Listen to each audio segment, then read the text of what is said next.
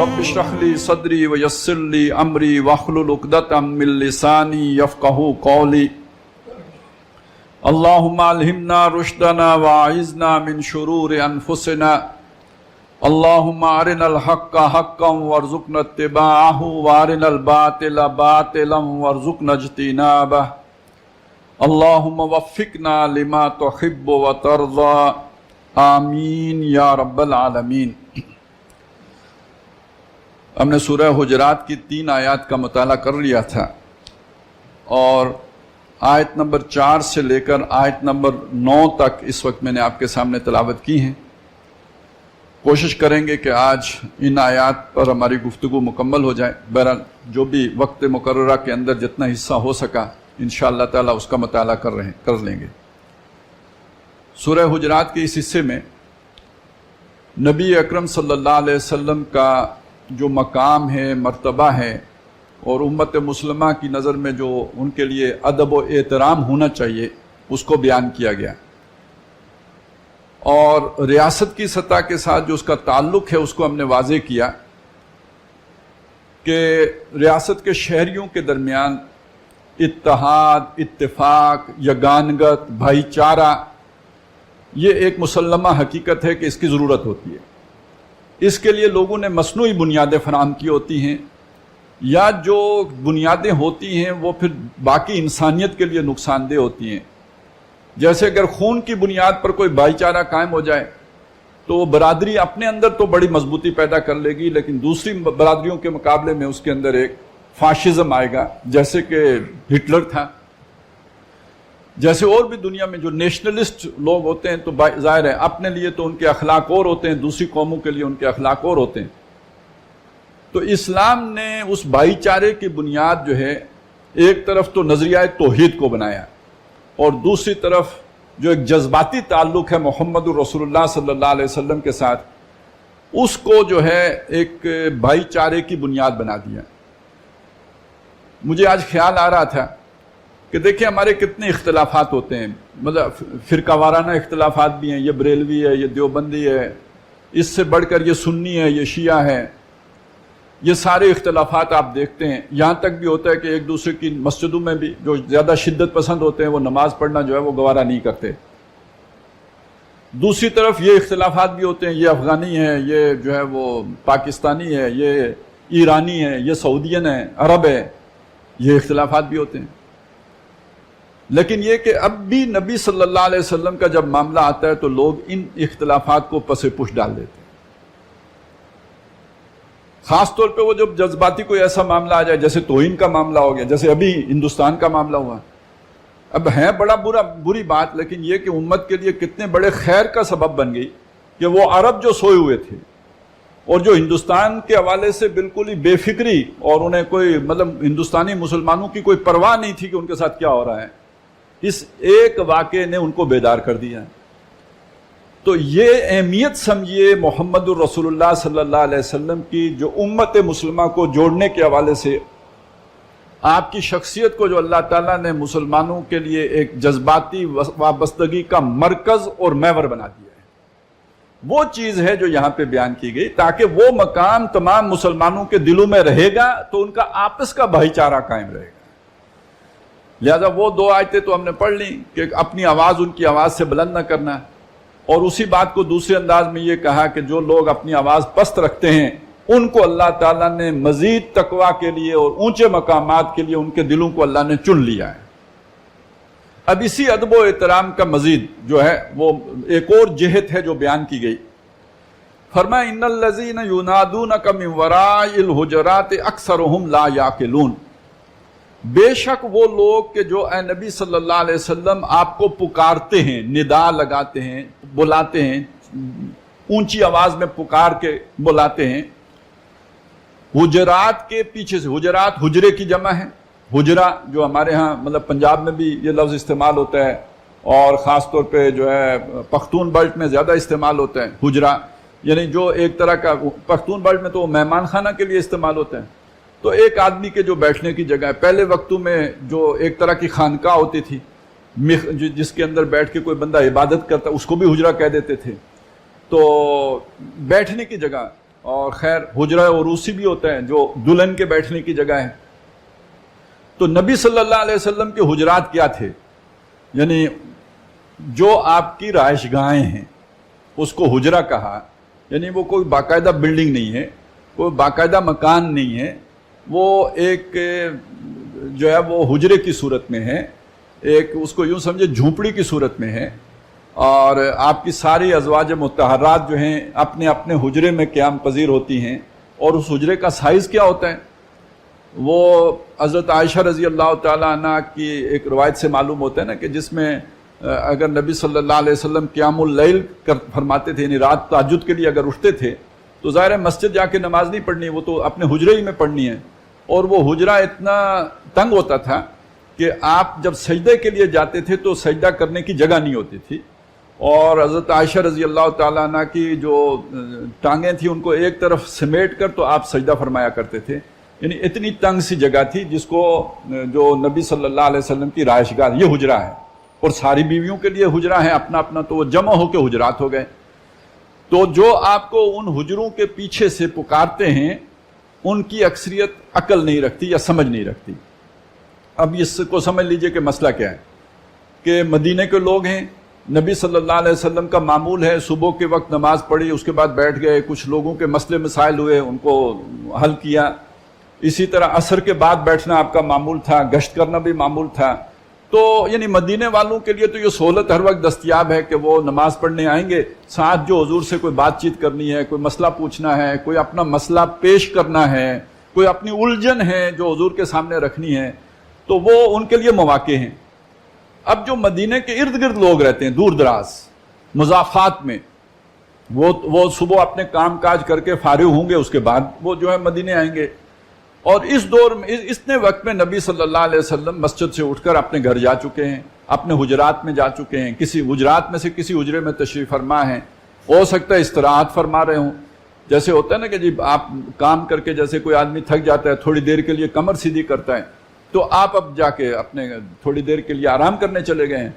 تو جو لوگ آئے ہیں ان کو تو نہیں اندازہ کہ اس سے پہلے کیا ایکٹیویٹی تھی، کتنی سرگرمی تھی، کیا کیا کام کیے ہیں، کتنے تھک گئے ہوں گے. وہ تو یہ سمجھ رہے ہیں کہ ہم ابھی آئے ہیں تو آپ کو جو ہے ہمارے لیے جو ہے حاضر باش ہونا چاہیے، آپ کو جو ہے نا ہمارا خیال کرنا چاہیے. تو وہ آ کے جو باہر سے آواز لگا رہے ہیں، یا محمد اخرج علینا، اے محمد صلی اللہ علیہ وسلم ہمارے لیے باہر آئیے.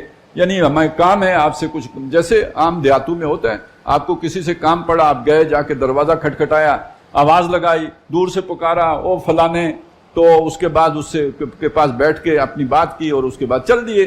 تو یہ نہیں، وہاں بھی ایک ماحول اس طرح کا تو نہیں تھا کہ جیسے یہاں اب ہمارے یہاں پروٹوکولز ہوتے ہیں، کسی آفیشل سے آپ نے ملاقات کرنی ہو تو بڑے پاپڑ ہیں جو بھیلنے پڑتے ہیں. لیکن اس زمانے میں تو ایسا کچھ نہیں تھا. اب وہ جو لوگ آئے ہیں تو وہ آ کے باہر سے پکار رہے ہیں اور آواز لگا رہے ہیں. اس چیز کو بھی ناپسند کیا، اس کو بھی سوء ادب پر معمول کیا گیا، اور اس کو بھی سمجھا گیا کہ نبی صلی اللہ علیہ وسلم کی شان کے خلاف ہے یہ بات، لہذا روکا گیا. اور دوسری بات یہ کہ یہ معقولیت کے بھی خلاف ہے. اس لیے عمومی طور پر مسلمانوں کو بھی یہ حکم دیا گیا ہے کہ آپ جب کسی کے گھر تشریف لے جائیں، اگر آپ نے ٹائم نہیں لیا ہوا تو اس کے بعد جا کے اگر آپ دستک دیتے ہیں، ایک دفعہ دیتے ہیں، دوسری دفعہ دیتے ہیں، تیسری دفعہ دیتے ہیں، 3 دفعہ دستک دینے کے بعد آپ کو جواب نہیں ملتا تو وہاں سے واپس آ جائیں. آپ ان کو تنگ نہ کریں. آپ کیا جانتے کہ وہ جو بھی گھر والے ہیں وہ کس مصروفیت میں ہیں، آرام کر رہے ہیں، کوئی مصروفیت ہے، کسی مشغلے میں ہیں. لہٰذا آپ کو اگر 3 مرتبہ دستک دینے کے باوجود جواب نہیں ملتا تو آپ ان کو مزید تنگ نہ کریں، واپس چلے جائیں. یہ ادب ہے جو سکھایا، ہر آدمی کے لیے سکھایا گیا. تو محمد رسول اللہ صلی اللہ علیہ وسلم کے لیے تو بالکل اس سے بھی اگلی بات ہے کہ ایک دفعہ بھی دستک نہ دیں، وہ نکل آئیں گے. آخر مسجد تو انہوں نے آنا ہی ہے، آپ انتظار کرو بجائے اس کے کہ آپ انہیں پکارو. اور وہ ظاہر ہے اپنی کام سے ابھی تھک کے واپس گئے ہوں گے. تو ہاں آپ نے ٹائم دیا ہوا ہو تو ایک علیحدہ بات ہے. اچھا اس کے ضمن میں ایک بات اور بھی ہے، وہ یہ کہ اگر آگے سے جواب یہ ملے، یعنی آپ کسی کے گھر گئے، دستک دی، 1 دفعہ دی، 2 دفعہ دی، 3 دفعہ دی، تو کوئی نہیں بولا، چلے گئے، چلے، ایک طریقہ یہ ہو گیا. دوسرا یہ ہے کہ آپ نے دستک دی، اندر سے آواز آئی کہ میں فارغ نہیں ہوں، آپ پھر کسی وقت آ جائیے گا. تو اس پر بھی کوئی ناراض ہونے کی بات نہیں ہے، آپ واپس چلے جائیں.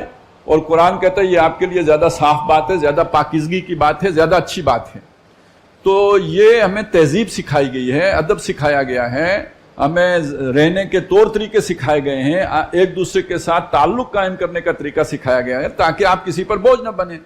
تو نبی صلی اللہ علیہ وسلم کے معاملے میں تو اس کا زیادہ اہتمام کرنے کی ضرورت ہے اور اس کے بارے میں زیادہ جو ہے محتاط ہونے کی ضرورت ہے. تو فرمایا بے شک وہ لوگ کہ جو ہے نبی آپ کو پکارتے ہیں آپ کے حجرات کے پیچھے سے آ کے آوازیں لگاتے ہیں.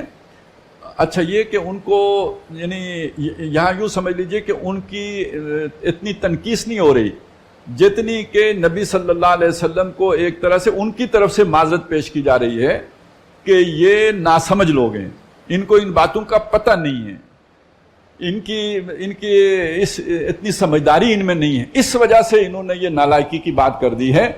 تو اس میں تنبؤ بھی ہو گیا, لوگوں کو انتباہ بھی کر دیا گیا کہ آئندہ اس طرح کی نالائکی نہیں ہونی چاہیے اور اس طرح کی جو ہے کوتاہی کا ارتکاب نہیں ہونا چاہیے. ایک بات یہ آگے. اچھا اسی میں پھر وَلَوْ أَنَّهُمْ صَبَرُوا, اگر وہ صبر کرتے یعنی انتظار کرتے, حَتَّى تَخْرُجَ إِلَيْهِمْ, یہاں تک کہ آپ خود ان کی طرف نکل آتے, یعنی بجائے بلانے کے, پرچی بھیجنے کے, چٹ بھیجنے کے, وہ مسجد میں بیٹھتے, کوئی نفل پڑھتے, کوئی تلاوت کرتے, کوئی ذکر و اذکار کرتے, یہاں تک کہ خود نبی صلی اللہ علیہ وسلم مسجد کی طرف آ جاتے. لَكَانَ خَيْرَ اللَّهُمْ, تو یہ رویہ, یہ طرز عمل ان کے لیے زیادہ بہتر ہوتا, یہ زیادہ اچھی بات تھی, یہ زیادہ ان کے لیے جو ہے وہ نبی صلی اللہ علیہ وسلم کے مقام و مرتبے سے زیبا بات تھی. تو ان لوگوں کو یہ طرز عمل اختیار کرنا چاہیے تھا. واللہ غفور الرحیم, اور اللہ تعالیٰ بخشنے والا ہے, مہربان ہے. یعنی مطلب یہ کہ چونکہ اس کے پیچھے کوئی بدنیتی نہیں ہے, اس کے پیچھے آپ کی توہین کرنا یا تنقیص کرنا یا آپ کی بے ادبی کرنا یا گستاخی کرنے کی نیت نہیں ہے, یا آپ کے بارے میں کوئی برے جذبات نہیں ہیں, کوئی کدورت نہیں ہے, کوئی نفرت نہیں ہے, کوئی بیزاری نہیں ہے. اس لیے یہ غلطی ان سے ہوئی ہے ناسمجھی کی وجہ سے, نادانی کی وجہ سے, کم علمی کی وجہ سے, کم فہمی کی وجہ سے. تو اللہ تعالیٰ بھی ان کے لیے بخشنے والا, مہربان ہے. اس غلطی کے باوجود اللہ تعالیٰ ان کو بخشنے والا ہے, مہربانی کرنے والا ہے. تو ایک چیز تو یہ ہو گئی. اس کے بعد ایک دوسری چیز آ رہی ہے اور یہ بہت اہم ہے. ویسے اس کا تعلق جو ہے مسلمانوں کی اجتماعی ذمہ داریوں کے ساتھ ہے, اور میرا خیال یہ ہے کہ اس آیت کو ذرا ہم اگلی آیت پڑھنے کے بعد پڑھتے ہیں, کیونکہ وہ جو مضمون ہم لے کے چل رہے ہیں وہ مکمل ہو جائے گا. یہ ذرا اس سے ہٹ کر بات ہے جس کی طرف ہم واپس آ جائیں گے. فرمایا وَاعْلَمُوا أَنَّ فِيكُمْ رَسُولَ اللَّهِ, یعنی میں نے آیت نمبر 6 چھوڑ دی ہے, 5 اور 6 نمبر آیت چھوڑ دی ہے, اور آیت نمبر 7 سے آگے چل رہا ہوں, 7 پڑھ رہا ہوں. وَاعْلَمُوا أَنَّ فِيكُمْ رَسُولَ اللَّهِ, جان لو, یہ مسلمانوں سے کہا گیا ہے, جان لو کہ تمہارے درمیان اللہ کے رسول ہیں. اچھا یہ جملہ ذرا سوچئے, یہ کیا, اس کے کہنے کا مطلب کیا ہے؟ کہ دیکھیں کوئی بھی مسلمان ہے, اس کے گھر جانے کے وہ آداب ہیں جو آپ کو بتا دیے گئے ہیں, لیکن اس سے اگلی بات یہ ہے کہ ان آداب کے اندر کچھ, مطلب ایک باپ اپنے بیٹے کے گھر گیا ہے اور اس نے اگر اجازت طلب نہیں کی, باہر سے ایک سلام کر کے ذرا ہوشیار کر دیا ہے اور اس کے بعد گھر کے اندر چلا گیا, تو اس کا اپنا گھر ہے نا. اچھا بیٹا ماں کے گھر گیا ہے یا بیٹا باپ کے گھر گیا ہے تو بہرحال ایک بے تکلفی تو ہو اس میں آئی جاتی ہے. بھائی بھائی کے گھر گیا ہے تو یہ والے تعلق نبی صلی اللہ علیہ وسلم کے بھی تو کسی نہ کسی درجے کے کچھ لوگوں کے ساتھ ہے نا. آج ہمارا معاملہ دوسرا ہے, ہمارے درمیان نبی صلی اللہ علیہ وسلم موجود نہیں ہے, ہم میں سے کسی کی ان کے ساتھ اس طرح کی رشتہ داری نہیں ہے, تو ہمارا تو معاملہ تو صرف اللہ کے رسول والے تعلق ہی کا ہے. لیکن جو لوگ وہاں پہ موجود ہیں, حضور کی بیویاں ہیں, تو اللہ کے رسول بھی ہیں, لیکن یہ کہ ان کے شوہر بھی ہیں, اور بیوی اور شوہر کے درمیان آپس میں بہت بے تکلفی ہوتی ہے. اچھا چلیں آپ کے والدین تو دنیا میں نہیں ہیں, لیکن یہ کہ آپ کسی کے داماد تو ہیں نا, اور جو سسر ہے وہ بھی تو ماں باپ ہی کی جگہ ہے. اسی طرح آپ کے داماد بھی ہیں, داماد بیٹے کی طرح ہے.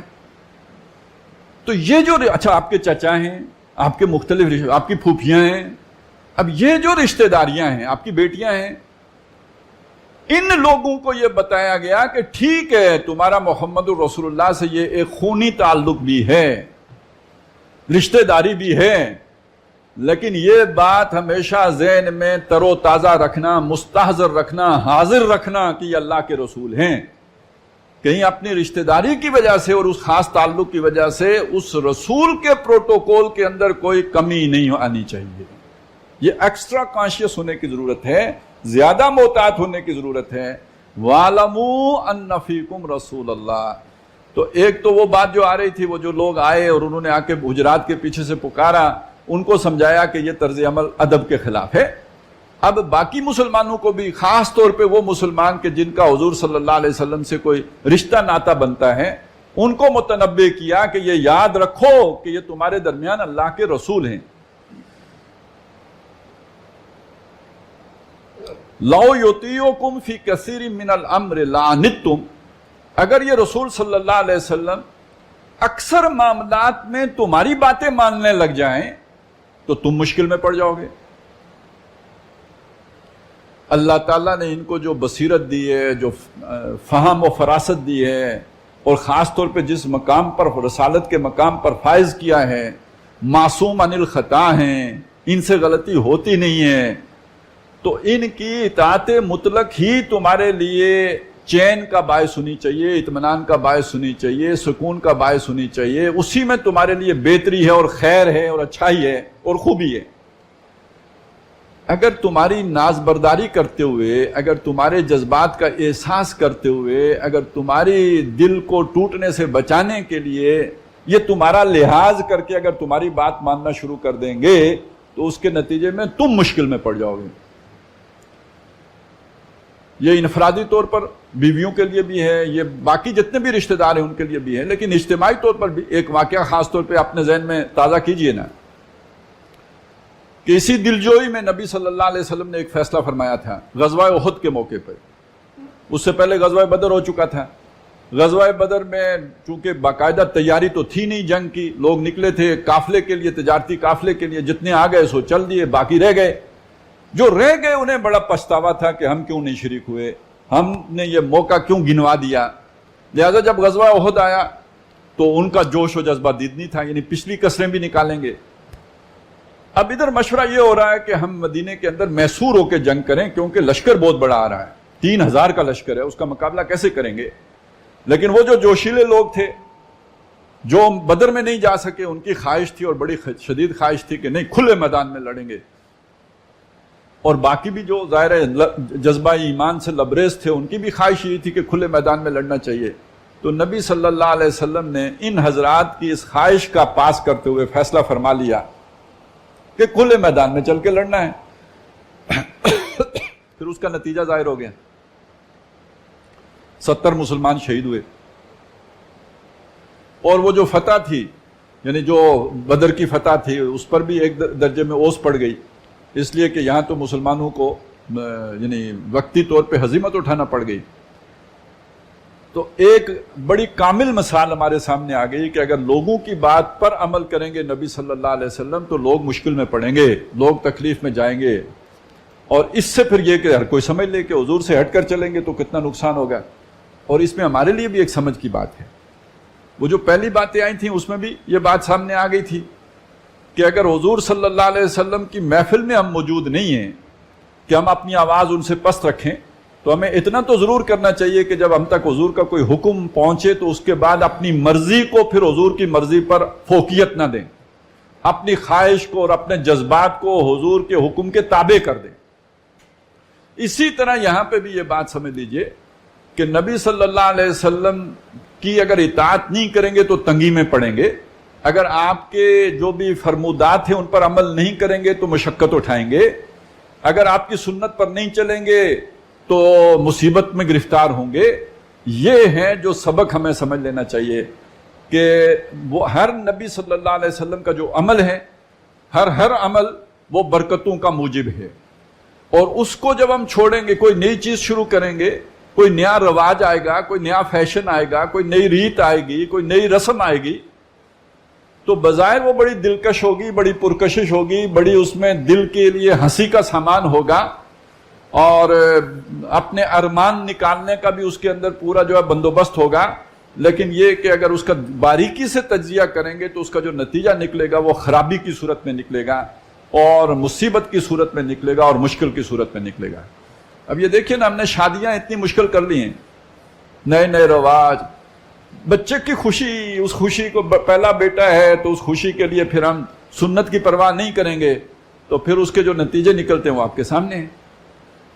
تو یہ بات ان کے لیے بھی تھی, وَاعْلَمُوا أَنَّ فِيكُمْ رَسُولَ اللَّهِ اور لَوْ يُطِيعُكُمْ فِي كَثِيرٍ مِّنَ الْأَمْرِ لَعَنِتُّمْ. یہ بات آج کے لیے بھی ہے کہ ہم نے دیکھا ہے کہ فیشن میں الجھ کر اکثر تم نے اسلاف کی عزت کے کفن بیچ دیے, نئی تہذیب کی بیرو بہاروں کے عوض اپنی تہذیب کے شاداب چمن بیچ دیے, تو پھر اس کا نتیجے میں قرض میں ڈوبیں گے نا. محمد رسول اللہ کی سادگی چھوڑیں گے اور غیروں کے جو ہے نا ٹھاٹھ باٹھ والے طریقے اختیار کریں گے, تو پھر IMF کے مقروض بنیں گے نا, پھر معیشت کا پٹھا بیٹھے گا نا, پھر مشکل میں پڑیں گے نا, سودی نظام لے کے آئیں گے تو خود اپنے بجٹ میں اپنا حصہ کم ہوگا, جو سود ادا کر رہے ہوں گے وہ زیادہ ہوگا. ابھی پتہ نہیں آج بجٹ پیش ہو رہا ہے, ذرا اس اعتبار سے ذرا سوچئے گا کہ بھئی آپ کا دفاع پہ کتنا لگا, آپ کا تعلیم پہ کتنا لگا, آپ کا جو ہے نا اور ترقیاتی امور پہ کل پیسہ کتنا لگا, آپ نے سود کے طور پر دنیا کے جو ادارے ہیں ان کو کتنا پے کیا ہے. تو اللہ اور رسول کی اطاعت نہیں کریں گے تو پھر یہ مصیبتیں پڑیں گی. لَوْ يُطِيعُكُمْ فِي كَثِيرٍ مِّنَ الْأَمْرِ لَعَنِتُّمْ وَلَكِنَّ اللَّهَ حَبَّبَ إِلَيْكُمُ الْإِيمَانَ وَزَيَّنَهُ فِي قُلُوبِكُمْ وَكَرَّهَ إِلَيْكُمُ الْكُفْرَ وَالْفُسُوقَ وَالْعِصْيَانَ.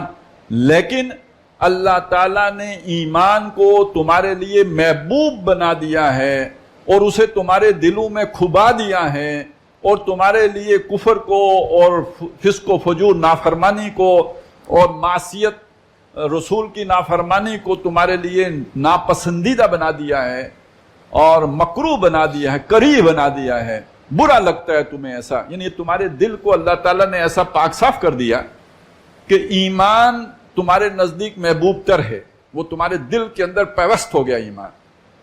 یہ ایمان کے تقاضے ہیں جو پیچھے بیان ہو گئے. لا ترفعوا اصواتکم فوق صوت النبی ولا تجهروا له بالقول كجهر بعضكم لبعض ان تحبط اعمالكم وانتم لا تشعرون ان الذين يغضون اصواتهم عند رسول الله اولئك الذين امتحن الله قلوبهم للتقوى. یہ سارے ایمان کے تقاضے ہیں. اور یہ بھی کہ ان الذين ينادونك من وراء الحجرات اکثرهم لا يعقلون ولو انهم صبروا, وہ اگر صبر کرتے حتى تخرج اليهم لكان خيرا لهم, تو ان کے لیے بہتر. یہ سب ایمان ہے. اور یہ بھی کہ وَاعْلَمُوا أَنَّ فِيكُمْ رَسُولَ اللَّهِ, تو یہ جو جس کے دل میں ایمان محبوب ہو گیا ہو اس کا محمد رسول اللہ صلی اللہ علیہ وسلم سے طرز عمل یہ ہو جائے گا. اب اسی بات کو سمجھ لیجئے کہ ایمان کا لازمی تقاضا کیا ہے؟ اتباع رسول صلی اللہ علیہ وسلم. یعنی ایمان کے نتیجے میں حضور کی محبت, اور محبت کا نتیجہ حضور کی اتباع, حضور کی پیروی.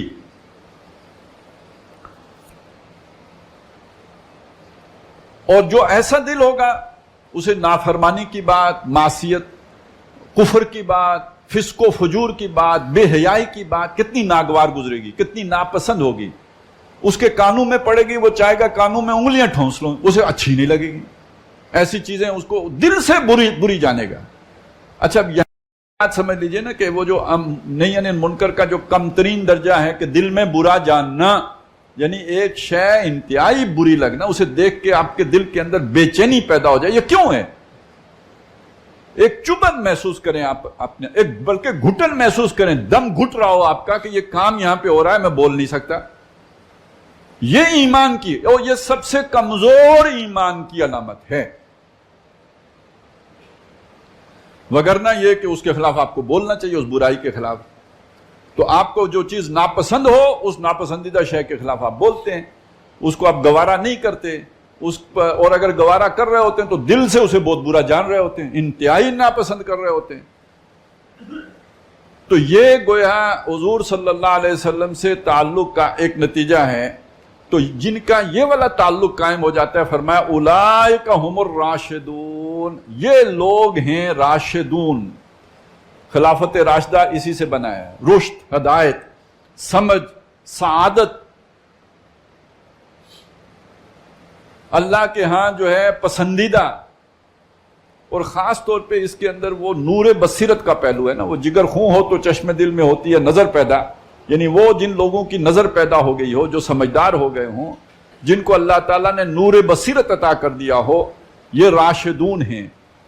تو وہ پیدا ہوتا ہے ایمان سے، اور ایمان کا یعنی اس لیول سے کہ جس میں آپ کو ایمان ایسا محبوب ہو جائے کہ کفر، نافرمانی اور فسق و فجور آپ کے لیے بالکل ایک ناپسندیدہ، انتہائی مکروہ اور انتہائی کری شے بن جائے. اولئک هم الراشدون فضلا من اللہ و نعمہ.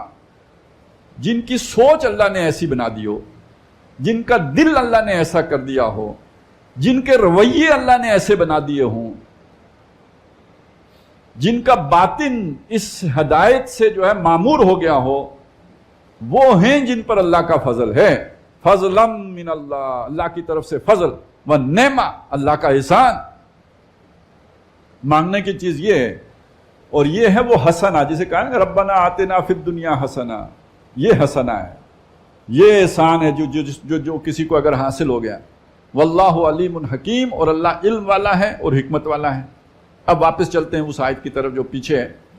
فرمایا یا ایھا الذین آمنوا ان جاءکم فاسق بنبأ فتبینوا ان تصیبوا قوما بجہالۃ فتصبحوا علی ما فعلتم نادمین. اے وہ لوگوں جو ایمان لائے ہو، اگر تمہارے پاس کوئی فاسق کوئی خبر لے کر آئے تو اس کی تحقیق کر لیا کرو، اس کی چھان پھٹک کر لیا کرو، مبادا تم کسی قوم پر حملہ آور ہو جاؤ اور بعد میں اپنے کیے پر پشیمان ہو کے رہ جاؤ. ایک واقعہ بھی بیان کیا جاتا ہے اس کے پیچھے، صرف اس مفہوم کو سمجھنے کے لیے وہ واقعہ میں آپ کے سامنے پیش کر دیتا ہوں. اور وہ یہ بیان کیا جاتا ہے کہ کوئی صاحب تھے جن کو بھیجا گیا کہیں زکوٰۃ کی کلیکشن کے لیے.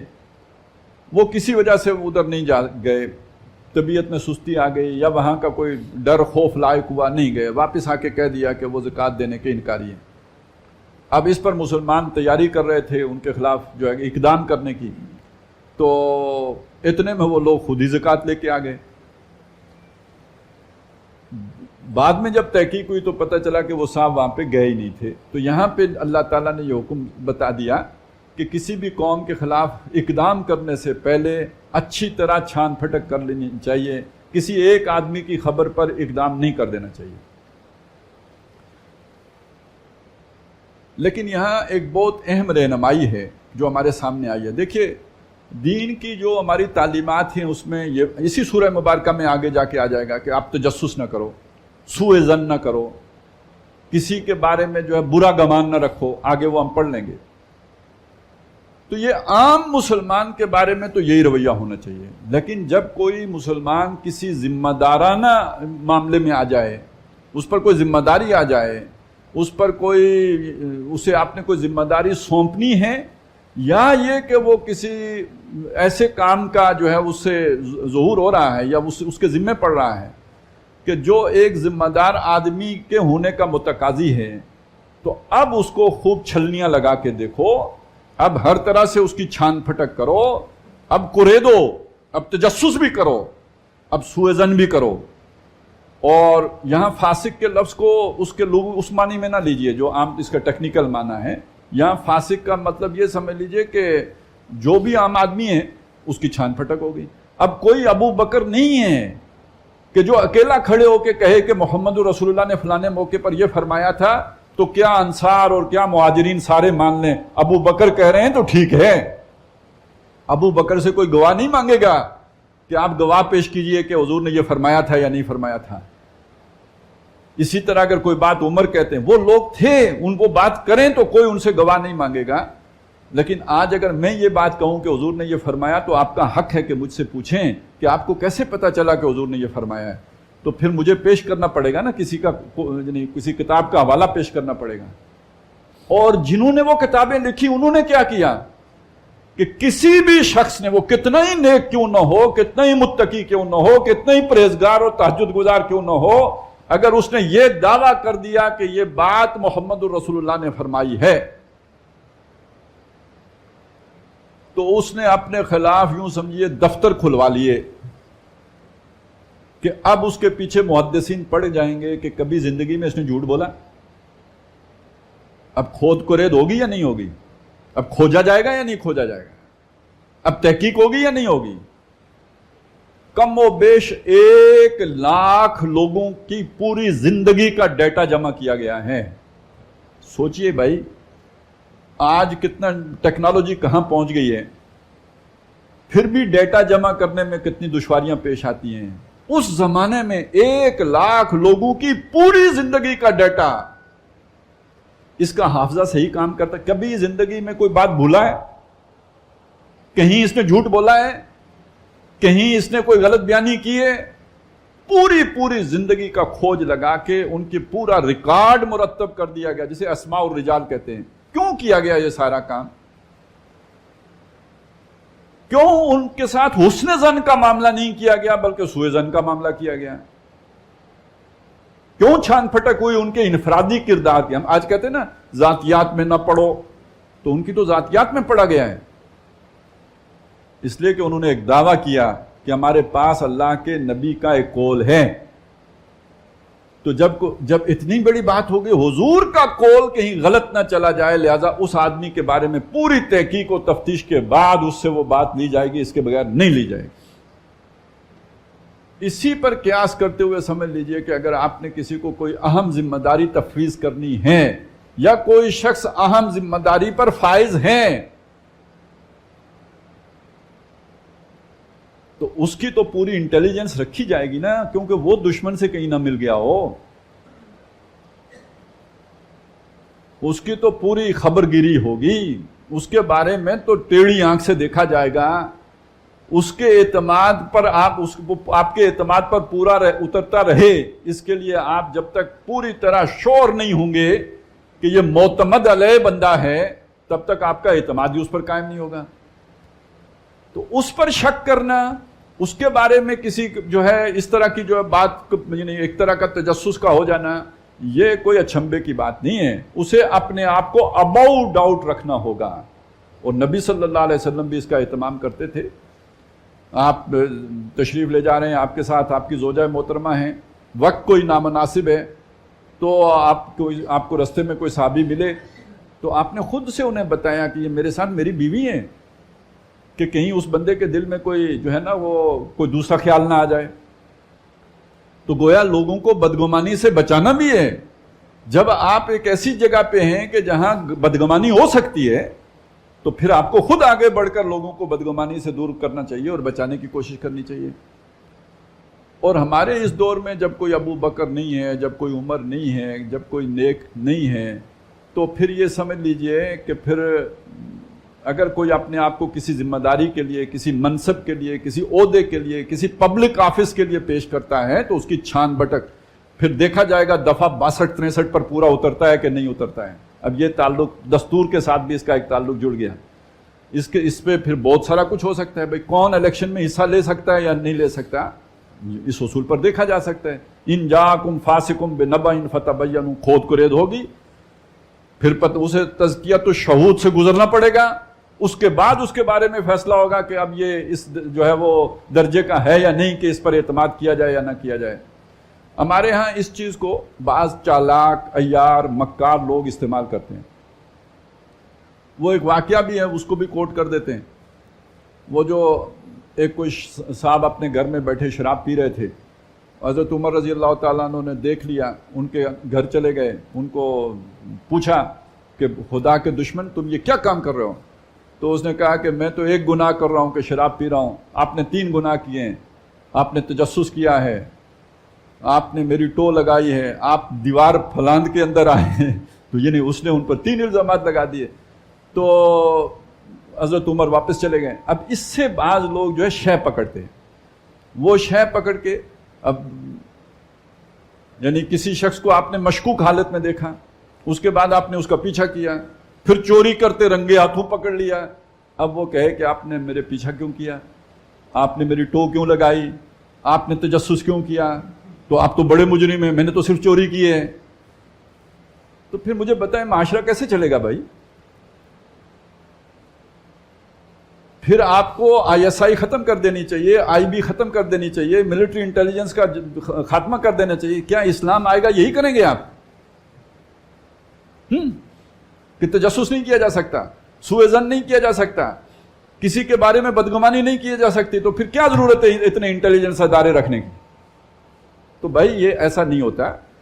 عام مسلمان کے بارے میں ٹھیک ہے کسی کے گھر میں آپ مت جھانکیں، لیکن یہ کہ ایک بندہ مشکوک حالت میں آپ نے دیکھ لیا، آپ کیوں نہیں جھانکیں گے؟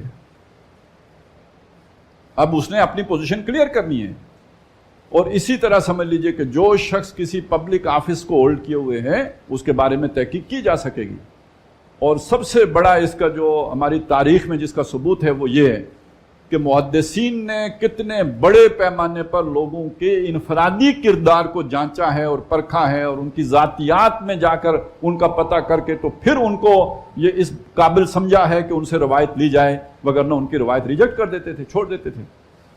اچھا اب یہ یہاں بات یہ والی تو آگئی. دوسری بات بھی سوچئے کہ جو نبی صلی اللہ علیہ وسلم نے فرمایا کہ کسی آدمی کے جھوٹا ہونے کے لیے یہ بات کافی ہے کہ وہ سنی سنائی بات جو سنا اس نے بغیر تحقیق کے آگے پیش کر دیں. اب ذرا اس کو بھی اس جدید تناظر میں دیکھیں نا. اصل میں تو ہم معاشرے کی سطح پر دیکھ رہے ہیں نا. سورہ حجرات ریاست کی سطح پر رہنمائی دے رہی ہے. تو انفرادی بات تو یہ ہوگی نا، میں نے سنا اس کے بعد مجھے تحقیق کرنی ہے، میں آگے بیان کرنے کا حق رکھتا ہوں. جب کنفرم ہو جائے کہ جو میں نے سنا وہ ٹھیک ہے، وہ ایک دو اور ذرائع سے اس کی کنفرمیشن لے کے پھر میں بات آگے کر سکتا ہوں. لیکن ریاست کی سطح پہ آپ نے کوئی میڈیا پالیسی بنانی ہوگی یا نہیں؟ بریکنگ نیوز، وہ بریکنگ نیوز دینے کے بھی کوئی اصول ہوں گے یا نہیں ہوں گے؟ اخبارات میں کون سی خبر چھپے گی، کون سی نہیں چھپ سکتی، اور اگر کوئی چھاپے گا تو اس کو کیا سزا ملے گی، کوئی قانون بنانا ہوگا یا نہیں؟ تو اس میں یہ اصول ہے کہ جو خبر بھی آپ کو ملے پہلے اس کی آپ تحقیق کریں گے، اور جب آپ تحقیق کر لیں گے اور پھر اس کے بعد آپ اس کی ذمہ داری اٹھائیں گے کہ یہ خبر سچی ہے، تو پھر آپ شائع کرنے کا حق رکھتے ہیں. اس کے بغیر آپ شائع کرنے کا حق نہیں رکھتے. وہ اچھا سلوگن ہے پی ٹی وی کا، پتہ نہیں اس پر وہ عمل کرتے ہیں یا نہیں کرتے. پہلے ہوتا تھا، اب ہے بھی ہے نہیں ہے مجھے نہیں پتا، کیونکہ ایک عرصہ ہو گیا میں نے یہ نہیں دیکھنے کا موقع نہیں ملا. کہ خبر مگر ذمہ داری کے ساتھ، آپ خبر دیں مگر ذمہ داری کے ساتھ. تو بہرحال لیکن آج کل تو کیا سوشل میڈیا، کیا الیکٹرانک میڈیا، کیا پرنٹ میڈیا، تو خبریں کم ہوتی ہیں، افواہیں زیادہ ہوتی ہیں. خبریں کم ہوتی ہیں، جھوٹ زیادہ ہوتا ہے. جھوٹ گھڑے جاتے ہیں، جھوٹ گھڑنے کے باقاعدہ تھنک ٹینک ہیں. پھر اس جھوٹ کو پھیلانے کے لیے جو ہے وہ میڈیا سیل ہیں. ہمارے وزیر اعظموں کو اور کوئی کام ہو یا نہ ہو، کم از کم یوٹیوبر سے ملاقات کرنے کا وقت ضرور نکالتے ہیں. کیوں؟ وہ جو بھی بیانیہ بنانا ہے، جو لوگوں کے ذہنوں کو اور ان کے کانوں میں ٹھونسنا ہے جھوٹ، ساری پلاننگ اس کی اسی کے ذریعے سے ہوگی. بمبارمنٹ کرنی ہے نا اس دور میں. یعنی جھوٹ کے لیے، جھوٹ ایک سائنس ہے کہ آپ نے جھوٹ بالکل ایک ایسی بات جس جو کوئی ہے ہی نہیں، کہیں وجود ہی نہیں رکھتی، اس پر بھی لوگوں کو کیسے قائل کرنا ہے. آپ کرگل چڑھ گئے، لوگوں کو یہ بتانا ہے کہ ہم نہیں گئے، مجاہدین گئے تھے. وہ تو کہیں سالوں بعد جا کے پتہ چلے گا نہیں ہم ہی گئے تھے. نہیں تو اس سے پہلے تو وہ مجاہدین ہوا کرتے تھے نا جو گئے تھے. اچھا مجاہدین کے بڑے بڑے داڑھیوں والے جو ہے لکھاری بھی ہوتے ہیں، جو لکھتے تھے کہ میں ابھی کرگل کے مارچ سے واپس آیا ہوں، مجاہدین کی ٹولی یہاں بھی ہے اور مجاہدین کی ٹولی وہاں پہ بھی ہے. تو پتہ اب چلا نا کہ وہاں مجاہدین نام کی شے کوئی بھی نہیں تھی، وہاں تو ریگولر آرمی تھی جو گئی ہوئی تھی. تو اب اسٹیٹ کے لیول پہ جھوٹ چلتے ہیں. معاہدے ہوتے ہیں توڑ دیے جاتے ہیں، اوپر ہوتے ہیں اندر خانے گھس بیٹھیے چلے جاتے ہیں. یہ سارا کچھ ہوتا ہے، چلتا ہے، لوگ چلاتے ہیں. سیاست میں یہی سارا جھوٹا نیریٹو بلڈ کیا جاتا ہے، لوگوں کے دماغوں میں ٹھونسا جاتا ہے. تو بہرحال ایک مومن کے لیے یہ بات روا نہیں ہے کہ وہ اس طرح کی سنی سنائی باتوں پر یقین کر لے جب تک کہ اس کی پوری تحقیق سامنے نہ آ جائے. وَإِن جَاءَكُمْ فَاسِقٌ بِنَبَإٍ فَتَبَيَّنُوا، تو اس کی تحقیق کر لو. أَن تُصِيبُوا قَوْمًا بِجَهَالَةٍ، اب یہاں پہ دیکھیے، تم جا پڑو کسی قوم پر نادانی سے، ناسمجھی میں، ناواقفیت کی بنیاد پر. اب ایک شخص کے بارے میں کوئی افواہ پھیل گئی اور اس افواہ کی بنیاد پر آپ نے اس کے بارے میں وہ تاثر قائم کر لیا، تو اب اس کا اور آپ کا تو ہمیشہ کے لیے ایک بدگمانی کا تعلق قائم ہوگا. لہذا وہ بات آپ نے سن لی، ٹھیک ہے، جب تک اس کے بارے میں آپ کے ہاں پوری ایک تحقیق نہ ہو جائے تو اس شخص کے بارے میں، اس جماعت کے بارے میں، اس گروپ کے بارے میں، ان لوگوں کے بارے میں آپ کو ایسا تاثر نہیں بنانا چاہیے جب تک کہ خود اس کی تحقیق نہ کر لیں۔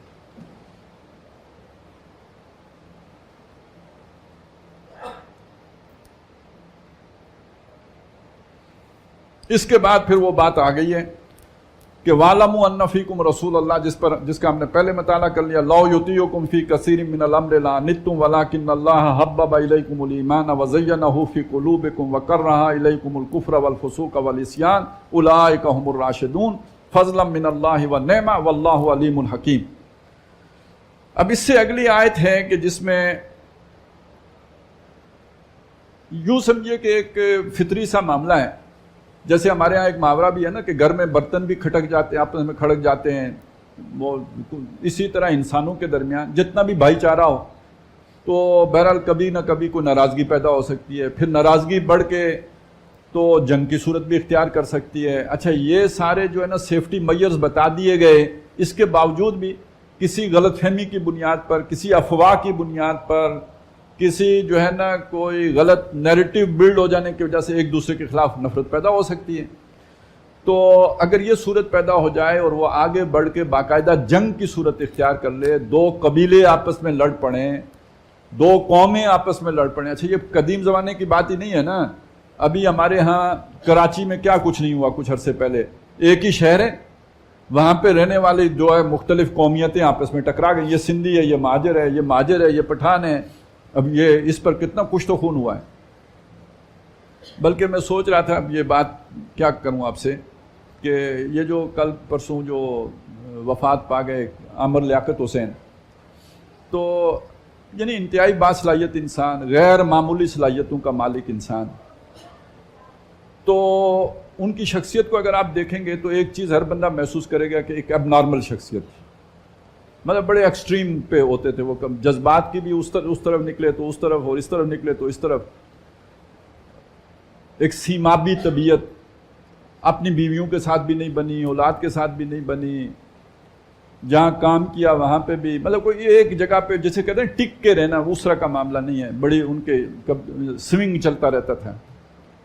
تو اس کے پیچھے اصل بات کیا ہے؟ کوئی ایسی جذباتی مسئلہ، کوئی شخصیت کے اندر ایسی کمی رہ جانا، کہیں پہ کوئی ایسی چوٹ لگ جانا کہ جس کے بعد، یا کوئی ایسی بات ہونا جس کی تلافی نہیں ہو سکی، تو اس طرح کی سپلٹ پرسنالٹی وجود میں آ جاتی ہے، ڈوئل پرسنالٹی۔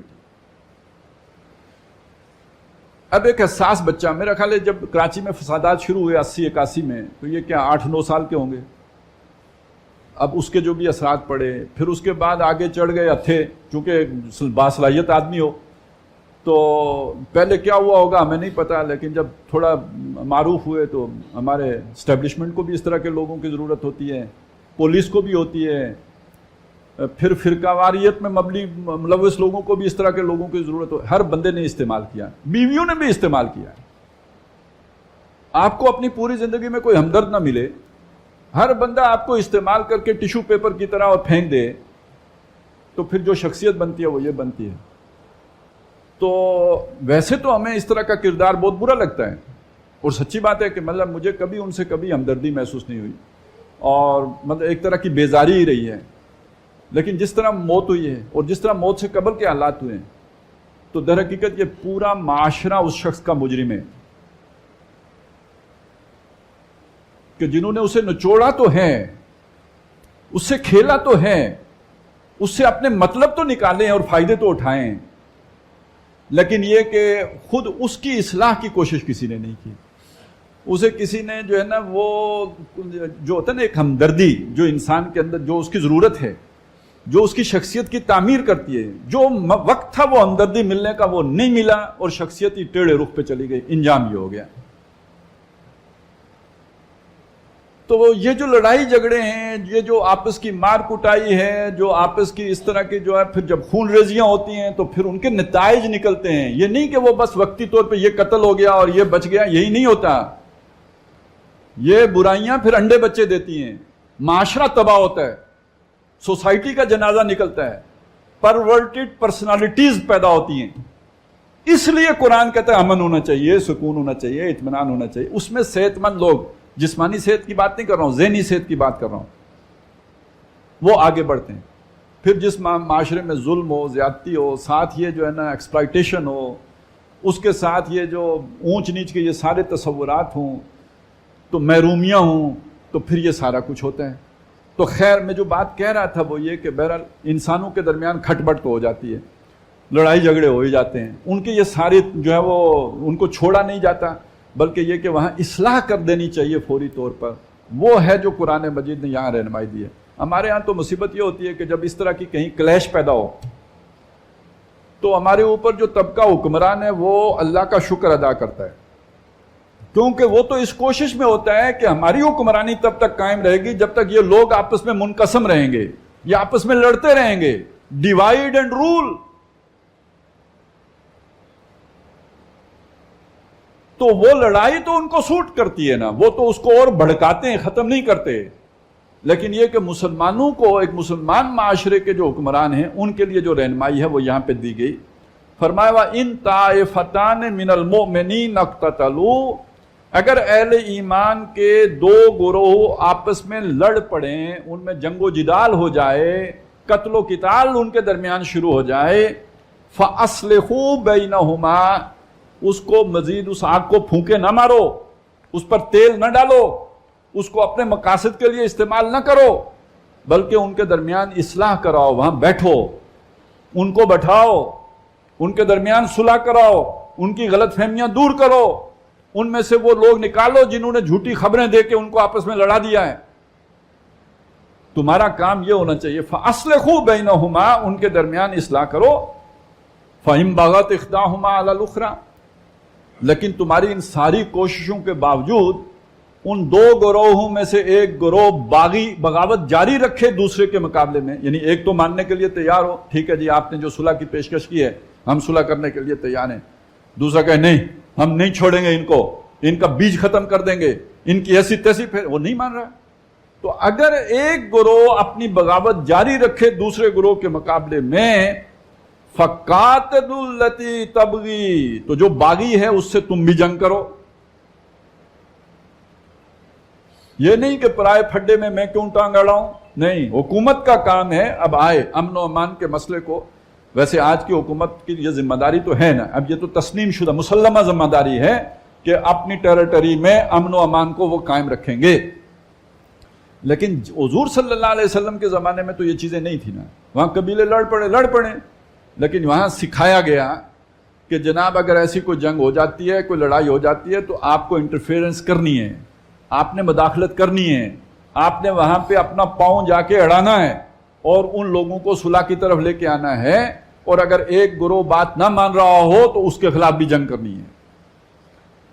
فَإِن بَغَتْ إِحْدَاهُمَا عَلَى الْأُخْرَى فَقَاتِلُوا الَّتِي تَبْغِي حَتَّى تَفِيَّ إِلَىٰ أَمْرِ اللَّهِ، یہاں تک کہ وہ اللہ کے امر کی طرف، اللہ کے حکم کی طرف لوٹ آئے. اور اللہ کا امر کیا ہے؟ صلح.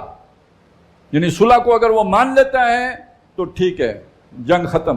جب تک نہیں مانتا کہتا ہے میں ان کا مقابلہ، تو تم بھی اس کے خلاف جو ہے وہ جنگ کرو. فَإِن فَاءَتْ، تو اگر وہ لوٹ آئیں، وہ گروہ جو لڑ رہا تھا جس کے خلاف اب تم بھی لڑے ہو، لڑائی کے بعد وہ مان لے کہ ٹھیک ہے جی ہم صلح کرنے کے لیے تیار ہیں، فَأَصْلِحُوا بَيْنَهُمَا، تو ان کے درمیان صلح کرا دو. اب پھر ثالث بن جاؤ. دیکھیے یہ بڑا یعنی مشکل معاملہ آ گیا. پہلی بات کیا تھی؟ دو تھے جو آپس میں لڑ رہے تھے، یہ تیسرا بیچ میں انٹر ہوا بحیثیت ثالث، اس نے دونوں کی صلح کرانی تھی. اب ایک فریق نے نہیں بات مانی تو یہ جو ثالث تھا یہ بھی فریق بن گیا، یہ دوسرے فریق کا ساتھی ہو گیا. اب پیچھے پھر دو فریق ہو گئے، ثالث ختم ہو گیا. اب ان میں سے جب وہ جو نہیں مان رہا تھا جب اس نے مان لیا تو یہ ثالث اپنے آپ کو فریق کی حیثیت سے بے دخل کرے، وڈرا کرے اور دوبارہ ثالث کے کردار پر واپس آ جائے. اب دیکھیے یہ ایک باشعور آدمی یہ کام کر سکتا ہے، جذباتی آدمی کے بس کی بات نہیں ہے، کیونکہ وہ جب ایک دفعہ فریق بنا تو وہ تو اپنی جذبات کی رو میں پھر اب وہی نہیں چھوڑیں گے ان کو، اب یہ اس جگہ پہ آ جائے گا کہ نہیں چھوڑیں گے. ایسا ہو جاتا ہے. وہ جو صلح جو لوگ ہوتے ہیں جو کوشش کرتے ہیں کہ صلح ہو، جب نہیں ہوتی تو انہیں بھی غصہ آ جاتا ہے اور وہ ایک نیا پھڈا مول لے لیتے ہیں. پتہ نہیں آپ میں سے کسی کے ساتھ کبھی ایسا ہوا یا نہیں ہوا، لیکن ہو جاتا ہے. تو اسی سے سمجھ لیجئے کہ یہ ایک جو ہے نا ایک بڑا معاملہ فہم آدمی کا، بڑا اپنے سیلف پہ کنٹرول رکھنے والے لوگوں کا کام ہے کہ اگر وقتی طور پہ وہ فریق بن گئے، لڑے، اور اس کے بعد جب دوسرا فریق بات ماننے کے لیے تیار ہوا، اب انہوں نے واپس جج بننا ہے، اب صلحجو بننا ہے، اور ان دو آدمیوں کے درمیان بالکل غیر جانبدار ہوتے ہوئے صلح کرا دینی ہے۔ یہ نہیں کہ وہ جو جس سے لڑائی ہوئی تھی اب اس کو جو اس کی ایسی تیسی پھیر دے، نہیں، فَأَصْلِحُوا بَيْنَهُمَا، تو ان کے درمیان صلح کرا دو، بلکہ ساتھ فرمایا فَأَصْلِحُوا بَيْنَهُمَا بِالْعَدْلِ وَأَقْسِطُوا، عدل کے ساتھ صلح کرا دو اور انصاف پر قائم رہو۔ اب یہ دو باتیں یہاں پہ اضافی کے، پہلے یہ بات نہیں تھی، پہلے جب کہا کہ وہ لڑ پڑیں فَأَصْلِحُوا بَيْنَهُمَا، ان کے درمیان صلح کرا دو، لیکن جب دوسری دفعہ صلح کا لفظ آیا کہ ان کے درمیان صلح کرا دو تو اس کے ساتھ عدل کا لفظ بھی آ گیا، انصاف کا لفظ بھی آیا۔ کیوں آیا؟ اس لیے کہ اب تمہاری بھی لڑائی ہو گئی ہے، اس بات کا امکان ہے کہ تم بھی جو ہے منتقم بن کر وہ جو لڑائی میں ان کو نقصان نہیں پہنچا سکے وہ صلح نامہ لکھتے ہوئے ایسی شکیں ڈال دو کہ ان کا جنازہ نکل جائے، ان پر وہ اضافی بوجھ لاد دو۔ لہٰذا اب ایسا نہیں کرنا ہے، بلکہ تم نے اپنے آپ کو اس پوزیشن سے ہٹانا ہے جو فریق کی پوزیشن تھی، واپس صلح کی پوزیشن پہ لے کے آنا ہے، پورے عدل کے ساتھ اور پورے انصاف کے ساتھ ان کے درمیان صلح کرانی ہے۔ اب یہ جو عدل ہے اور انصاف ہے اس کا تعلق امن کے ساتھ بہت گہرا ہے۔ انصاف ہوگا، عدل ہوگا، معاشرے میں امن رہے گا، استحکام رہے گا، بھائی چارہ برقرار رہے گا۔ اور جس جگہ پہ عدل نہ ہو، انصاف نہ ہو، وہاں لڑائی ہوگی، جھگڑا ہوگا، فساد ہوگا۔ اصل میں یہ جو پورا موضوع چل رہا ہے نا وہ کیا ہے؟ ریاست ہے، اس کی ایک آئینی اور قانونی ضرورتیں ہیں، وہ تو پہلی آیت میں آ گئی، لیکن اصل ضرورت اس کا استحکام ہے، اصل ضرورت اس کے شہریوں کے درمیان بھائی چارہ ہے، آپس میں محبت ہے، اخوت ہے۔ یہ جو قائم کرنی ہے، یہ کیسے؟ ایک طرف تو یہ کہ نبی اکرم صلی اللہ علیہ وسلم کی ذات گرامی ہے جس کے ساتھ جتنا تعلق مضبوط ہوگا آپس کا تعلق بھی اتنا ہی مضبوط ہوتا چلے جائے گا، اور دوسری طرف یہ کہ اس معاشرے میں کچھ ویلیوز ہیں جنہیں پروموٹ کرنا ہوگا۔ ان میں ایک یہ بھی ہے کہ کسی عام آدمی کی بات پر ایک دم اعتبار نہیں کرنا ہے، اس کی تحقیق کرنی ہے۔ اس سے بھی جدائیاں پیدا ہو، اس سے بھی پھوٹ پڑتی ہے، اس سے بھی خرابیاں جنم لیتی ہیں، اس سے بھی فساد پیدا ہوتا ہے۔ اور اس کے ساتھ ساتھ دوسری بات یہ ہے کہ جب دو لڑ پڑیں تو اس کے درمیان انصاف، عدل، کیونکہ جہاں ظلم ہوتا ہے وہاں امن نہیں ہوتا، وہاں پھر بھائی چارہ نہیں پیدا ہوتا، وہاں پھر دشمنیاں پیدا ہو جاتی ہیں۔ فَأَصْلِحُوا بَيْنَهُمَا بِالْعَدْلِ وَأَقْسِطُوا إِنَّ اللَّهَ يُحِبُّ الْمُقْسِطِينَ، بے شک اللہ تعالیٰ انصاف کرنے والوں سے محبت کرتا ہے۔ بعض جگہوں پہ آیا ہے ان اللہ یحب المحسنین، احسان کرنے والوں سے محبت کرتا ہے۔ کہیں پہ آیا یحب الصابرین، صبر کرنے والوں سے محبت کرتا ہے۔ کہیں آیا یحب المتقین، تقوی کرنے والوں سے محبت کرتا ہے۔ تو ایک تو یہ ہو سکتا ہے آپ انہیں علیحدہ علیحدہ سمجھ لیں کہ جو متقی ہوتا ہے وہ انصاف پسند نہیں ہوتا، یہ سمجھ لیں۔ پھر جو محسن ہوتا ہے وہ صابر نہیں ہوتا، یہ سمجھ لیں۔ یا پھر یہ سمجھیں کہ یہ ایک ہی مضمون کے لیے مختلف الفاظ ہیں جو استعمال کیے گئے ہیں۔ سب سے جو بڑا تقوی کا سب سے اونچا لیول ہے وہ انصاف قائم کرنا ہے۔ اعدلوا هو اقرب للتقوی، عدل کرو کہ یہ تقوی کے بہت قریب ہے۔